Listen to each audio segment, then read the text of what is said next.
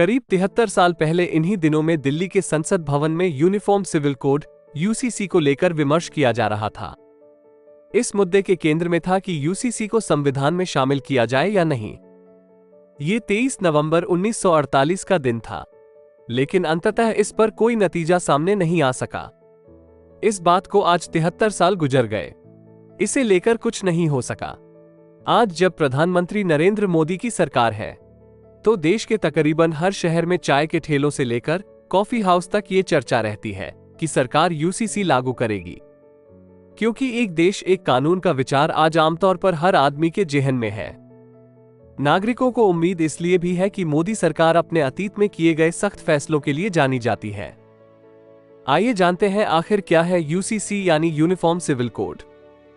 Uniform civil code का अर्थ होता है भारत में रहने वाले हर नागरिक के लिए एक समान कानून होना, चाहे वो किसी भी धर्म या जाति का क्यों ना हो। समान नागरिक संहिता में शादी, तलाक और जमीन जायदाद के बंटवारे में सभी धर्मों के लिए एक ही कानून लागू होगा। इसका अर्थ है एक निष्पक्ष कानून जिसका किसी धर्म से कोई ताल्लुक नहीं है। क्यों जरूरी है यूनिफॉर्म सिविल कोड? दरअसल दुनिया के किसी भी देश में जाति और धर्म के आधार पर अलग अलग कानून नहीं है, लेकिन भारत में अलग अलग पंथों के मैरिज एक्ट हैं। इस वजह से विवाह, जनसंख्या समेत कई तरह की सामाजिक व्यवस्था बिगड़ी हुई है।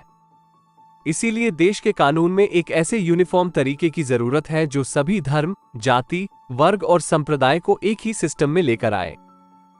इसके साथ ही जब तक देश के संविधान में ये सुविधा या सुधार नहीं होगा, भारत के पंथ निरपेक्ष होने का अर्थ भी स्पष्ट तौर पर नजर नहीं आएगा।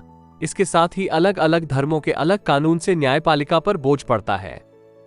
इस परेशानी से निजात मिलेगी और अदालतों में लंबित पड़े फैसले जल्द होंगे। शादी, तलाक, गोद लेना और जायदाद के बंटवारे में सबके लिए एक जैसा कानून होगा, फिर चाहे वो किसी भी धर्म का क्यों ना हो।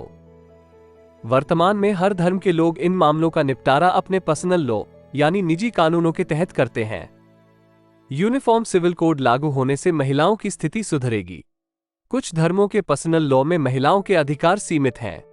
इतना ही नहीं, महिलाओं का अपने पिता की संपत्ति पर अधिकार और गोद लेने जैसे मामलों में भी एक समान नियम लागू होंगे।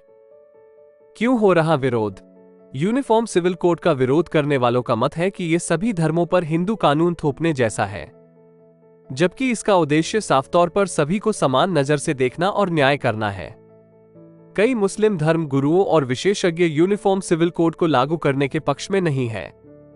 उनका कहना है कि हर धर्म की अपनी मान्यताएं और आस्थाएं होती हैं, ऐसे में उन्हें नजरअंदाज नहीं किया जा सकता। भारत में इसे लेकर बड़ी बहस जारी रही है। वहीं दूसरी ओर पाकिस्तान, बांग्लादेश, मलेशिया, तुर्की, इंडोनेशिया, सूडान और इजिप्ट जैसे कई देशों में यूनिफॉर्म सिविल कोड लागू किया जा चुका है।